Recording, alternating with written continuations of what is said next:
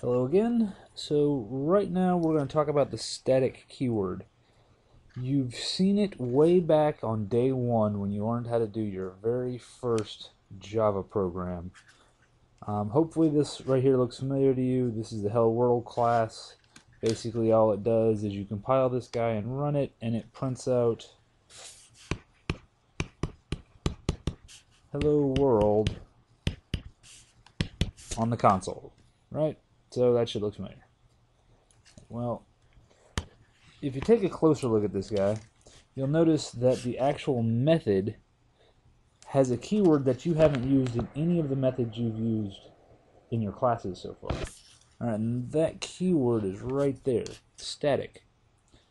Alright, so far you guys have been making classes, giving them instance variables and instance methods, and I use the keyword instance here, or maybe not literal keyword, but the important word instance, because when you define your class is responsible for creating instances or objects of that class. So the class is basically a blueprint.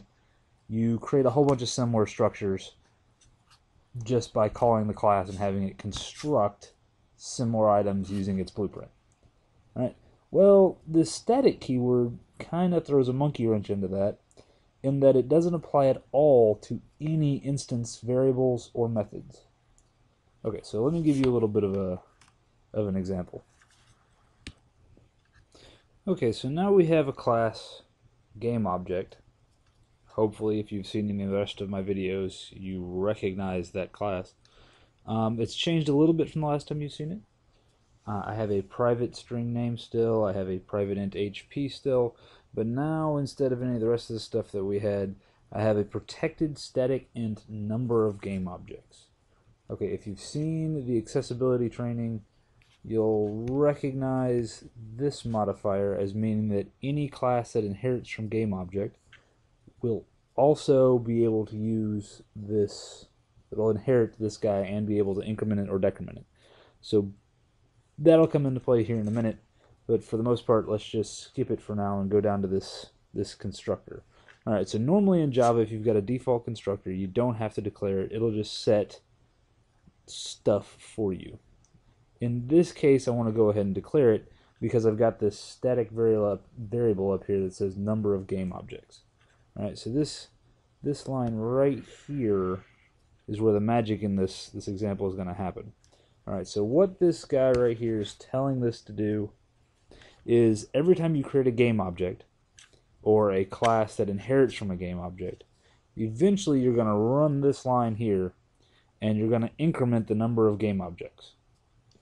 Alright, the way that I'm using it here, by calling the class name GameObject, actually that should be the class name without that guy right there. So GameObject.number of GameObjects is not specifically required unless you're outside of this class. It kind of acts like a global. If you're outside of the GameObject class, then you'll have to say, hey, GameObject, I just realized we got a typo there as well, GameObject.number of class objects plus plus to add one to it, or to call it to see if you can find out what that number is. Anyway, what this guy does is there's a global, come on pen, there's a global variable, this guy, that you can affect and is affected every single time you create an instance of a GameObject. Right, so you create an instance of the GameObject and this counter goes up. So you could call that guy in any scope inside of your main method and get that variable, get the value stored in global. Alright, so what does that mean? Well, let me give you an example. Okay, so suppose we have this main method, and inside that main method we create a new GameObject, an instance of the GameObject class, and we just go ahead and use the default constructor. Now that default constructor uses this, remember? Alright, so when it gets initialized, this GameObject class dot number of GameObjects, the class variable number of GameObjects, gets initialized to 0 just by default. Now, when the constructor is actually called here, this line happens, and 1 is added to that number of game objects class variable. So when we go to this line and we print that actual class variable, what it prints is going to be 1, because we created 1 game object. Alright, pretty simple, right? Well, you don't have to stick with the default 1. If you wanted to, up here where you declare this guy inside the game object class, you could go ahead and set it equal to some value like 10. So you could do this guy up here. If you did that, then when you went and printed it down here at the bottom, it would print out 11 instead of 1, because it initially would be initialized to 10 up here in our class descriptor, and then here it would call the constructor method, and this would execute, thus adding 1 to 10, and when we came down here to print this, we would get this answer instead of 1. Alright, so that's one of the uses of static. Alright, so I'm going to back up a bit and talk about what static is. Static versus instance variables. So I told you that static and instance variables are not compatible at all, right? Well, static is very, very similar in regards to global, if I could spell global, to global variables. All right. So it's very similar to that in that respect. If you put in your main, in whatever the program class that you have your main method in, if you give that class, like say here, a public static int counter of some sort, then all the rest of the classes inside of your main method should have access to that guy. It'll be a global variable. All right. Well, static variables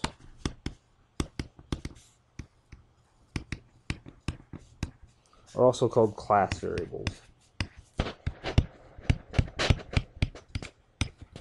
And you've used them a lot. You might not realize it yet, though. So some of the instances of these things that you've used, like math.py, for example. So the math class,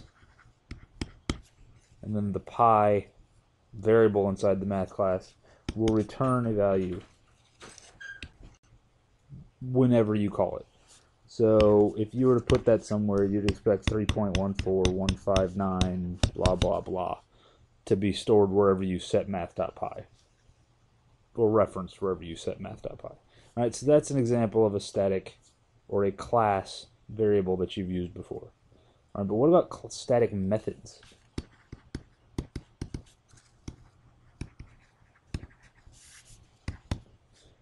You've used those before as well. You might not realize it, but anytime you've done any conversions, like a string.toInt,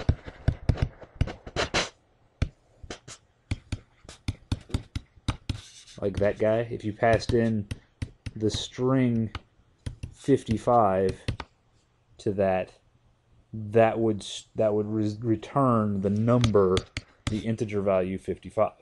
All right, this is the string class, and this is a static method. All right, so you've got static variables and static methods, but I guess the confusing part here is, why would you use static?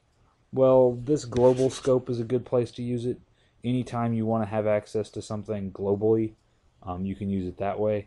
It's not a great idea to use it overboard, just because it might get confusing. Use these guys as sparingly as you can. If you need a counter or a global method, go ahead and create a counter or a global method that uses the static keyword. That's fine. The last thing I want to show you is UML. So this guy up here, this giant mess of a class I created over here, I'm going to represent that in UML. A little bit of a review for Unified Markup Language. Oh, sorry, Unified modeling language, or uniform modeling language. I'll get it right eventually. But it's also, you need to see how they're done. So if we have the game object class up here in UML, and inside of this game object class, we have those 3 variables. Two of them are instance variables, so that anytime you create an object out of the game object class, it'll use these guys. And then the last one, the protected one, is a class variable, so you can reference it by using game object dot number of game objects. Right, well, to show that, name and HP are both private, so we'll use minus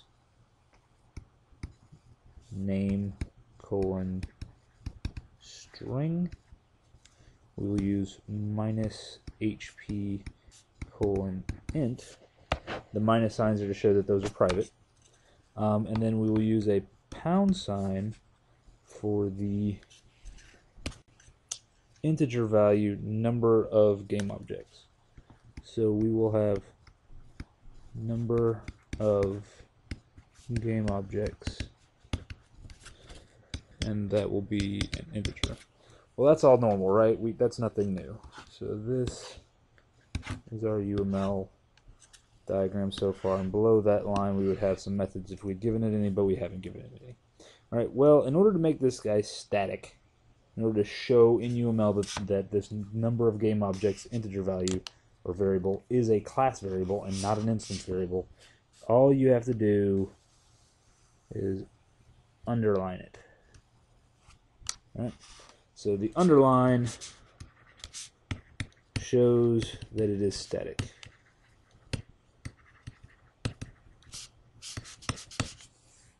Alright. Okay, well that's it. I'll finish this up now. That concludes the static keyword. I'll use it a little bit more in another couple of these things, and hopefully the next time you see it, it won't be completely and totally foreign. But I'll try to expose you guys to it as much as possible.